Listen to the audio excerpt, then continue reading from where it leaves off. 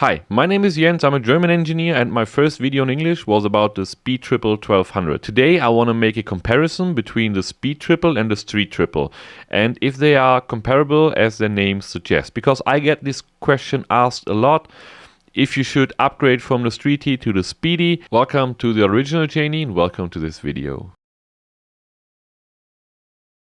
Since the names are so similar, let's just call the Speed Triple the big one and the Street Triple the small one, so I won't mix them up, and let's fire up the engine. Both bikes use a 3-cylinder inline engine and they are quite a good mixture of torque and rev, and on paper they share at least almost the same compression, but the rest of the specs differ significantly. The big one puts out 53 more horsepower, although to be honest you don't feel that extra power that much because you rarely get to rev it out due to the speed limits. However, the 48 Newton meters of extra torque is something you feel with every twist of the throttle. What's interesting is that both bikes have similar shaped power and torque curves, just vertically offset. Both engines deliver very linear torque and need a few revs to hit peak power. On twisty country roads, the Streety feels like it's lacking a bit of torque, but to fully unleash its fun potential. So no power wheelies here. But it's very predictable and rideable even without traction control. You can really rip on the throttle because the power delivery is so manageable and smooth. And it's not slow by any means, it just needs to be revved a bit more. And the big one, well, differently. Although the soul of the engine is similar, the torque hits almost instantly. From idle, you've got nearly 100 Newton meters on tap. Doesn't matter if you're in first, second, third or fourth gear, a twist of the throttle and time stands still. But again, it's very controllable. You can also just ride that torque wave or you can just use it for cruising. And I think the dyno graphs are fascinating because you can really see Triumph's development goals here. The smaller engine revs higher and feels racier while the big one just pulls. But still, they share the same soul. Despite the similar power delivery characteristics, they feel completely different on the country roads because the big one, it just shoves you forward like from the start, and the Streety, it just needs a little bit more revolutions to get going. What both bikes share is the throttle response. It's very smooth, it's very refined, and I think the ride-by-wire system is, I don't know if it's the best made by Triumph, but the Triumph hits it very good. So what they also share is like these smooth operations like an inline 4. So you have no a chain lash, you have no load change, not a lot of load changes, and they run pretty smooth. Sound-wise, triples were known to have these rough edge in the sound because it always felt like they were not running completely smooth, and it really made a special sound. While the Street Triple still has it in some way, the Speedy is a Euro 5 plus compliant bike, kinda lost that sound.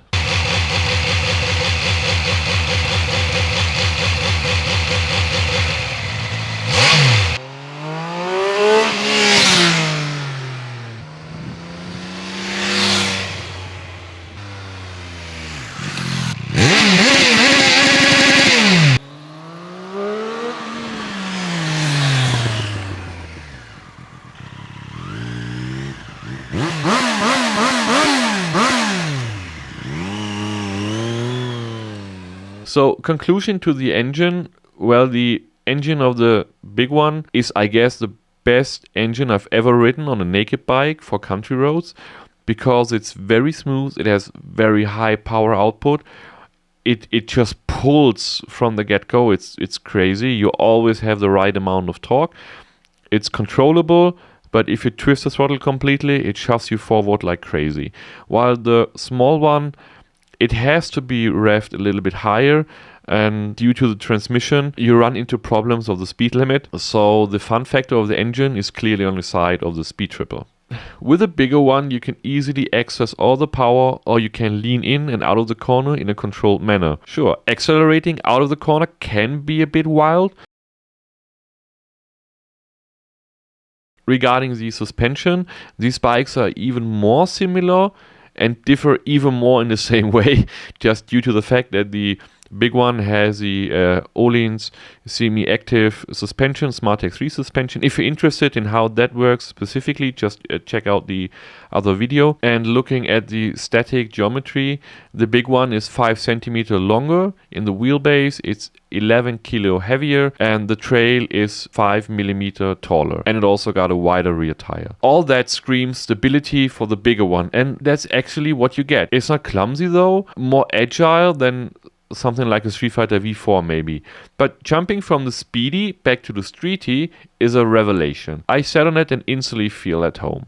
Race mode, instantly engaged. With a Speed Triple, you need to work more, you need to nail the turn in points, you need to shift your body, and I think it's due to the rotating mass of the bigger engine that costs some of its agility.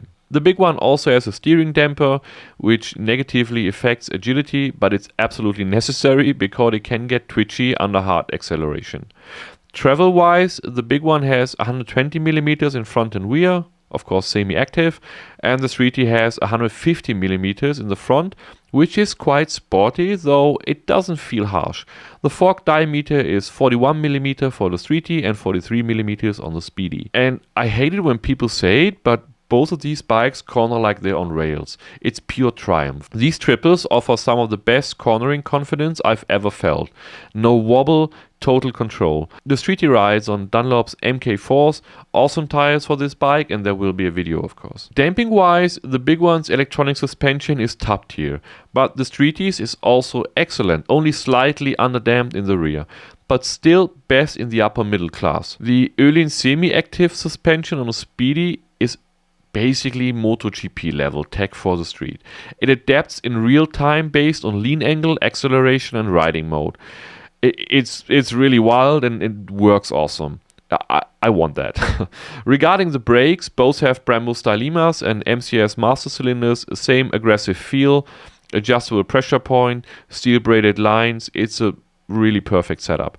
The big one has 320 millimeter dual disc, the smaller one has 310 millimeters. In real world use, no difference here. The Speedy might offer more fade resistance, but that's more for bragging or for the racetrack. So conclusion on the suspension, both of these suspensions or chassis are awesome. What they share is this kind of stiffness. They don't fall into a corner like a MT-09 or a Duke 990, but you have this certainty that you won't lose your front end. So when you go into a corner, or example on a Kawasaki Z900, the front end feels like you have to twist it in the other direction.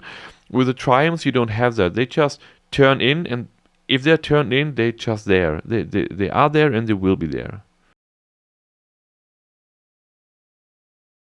Like with the chassis, Triumph does things with the transmission a little bit on their own way. So we have a 6-speed transmission on both ones. You have a quick shifter and you have a blipper on both ones. They work perfectly fine. The transmission of the big one sounds awesome. You have this sound when you switch gears. It sounds really spectacular. But Triumphs tend to be a little bit taller in the gear ratio. So what you can see in this chart is the gear ratio of the Speedy in neon color and the small one is in gold color. So between gears 1, 2, 3 and 4, they are all taller on the big one, and the 5th gear is about the same, and the Streety has a taller 6th gear for cruising or fuel efficiency. Still, the Streety is geared pretty tall for bike with only 80 Newton meters, doing roughly 120 kilometers per hour in first gear. On the racetrack, there are no issues. But we need to dive into twisty road scenario, where you are mid-corner with around 60 km per hour and open the throttle completely at the end of the curve. The big Speed Triple revs in this scenario around 5000 RPM, the small Street Triple about 5500. So if you open the throttle, you get 75 horsepower and 108 Newton meters from the big one, and only 50 horsepower and about 60 Newton meters from the small one. And you really feel that difference. Roughly 110 Newton meters on a motorcycle is plenty. And so the Speedy pushes forward while the Streety feels like lagging a bit of power. So you might switch to the first gear instead with the small one. But even in first gear, the Street Triple just has roughly 73 Newton meters and 70 horsepower. So yeah, you feel like you're lacking some kind of power when you twist the throttle completely. It doesn't push you forward, while the big one, and I hope this last graph made it clear, the last one pushes so hard forward that you need to pay attention on how you wrist the throttle. While with the small one, the streety, you can really rip the throttle completely. That does not necessarily mean that the street triple is not as good as a speed triple. I even think on small twisty country roads you might be faster with a small one because it's much more flickable, it's much easier to turn into corners, and you don't have to pay so much attention if you open the throttle like 15 or 20%, or if it's 35 or 40%. With a streety you just go with 80 and 100 and you're fine. But considering raw excitement, it's clearly the big one who wins the chapter here. Electronic-wise, Triumph and electronics does not always go hand in hand. So especially on the street triple, I felt they made like hard design mistakes, starting with the display. It's hard to read and it's over-designed. The Speedy, the big ones, is better. It's not perfect, but it's much more usable. Traction control works well on both. The speed triple is more refined. The street triples traction control is tied to the anti-wheelie system that you can't turn off individually. So for wheelies, you need to disable the traction control completely. Luckily, the street triple does not have that much torque, so it's fine.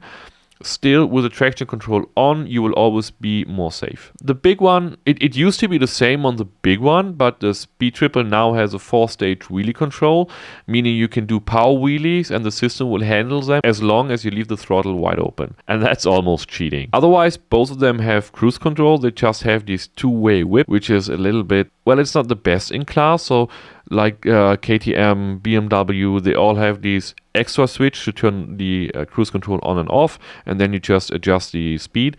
On the Triumphs, you have to press longer on the whip. It's just not that good to use, but it's fine. Regarding the wiper-wire system, as I said, I think Triumph makes one of the best jobs regarding that, but it's just the display on the street triple, which is bloody annoying.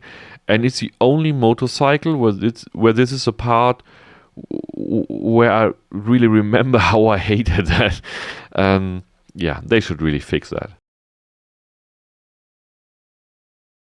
So how do these two bikes relate, and should you switch from the street triple to the speed triple? Setup wise, they are similar. Stiff chassis, stable in corners, not flickable like these high-up naked bikes like the MT-09 or Duke 990, but with skill, both are incredible bikes. Also engine-wise, both build power through revs, the gearing is tall, and the build quality is top-notch on both of them. The real difference, the speed triple just hits harder, way more punch out of the corners, effortless wheelies, more refined electronics, and a better display. Does that mean you will be fast on the road? Not necessarily. When I hopped back on the street, as I said, I immediately felt at home. Full control, instant lean angle escalation. So should you upgrade if you have the cash? Yes. The fun factor of the speed triple is just phenomenal. So whenever I was leaving a village and you can go from 50 to 100 kilometers, I always switch down to first gear and just pop the wheelie like all the time. It makes so much incredible fun to use the torque of the speed triple. And also, if you ride it for a longer period of time, you also get used on how to use the bike to get it more flickable, to get it faster into corners, and you get the premium Triumph mid-corner feeling. Still, I really don't hate the street triple. I still love the street triple for its flickability, for its way, how easy it is to get in hang-off position and just pull away from mid corner as soon as you get your, I don't know, 50, 55 degree lean angle, and just rip the throttle, and it just makes fun to be fast on the street triple. So you don't have to switch, but if you do, I guess you won't regret it. Thank you for watching. I hope my English improves. See you next time.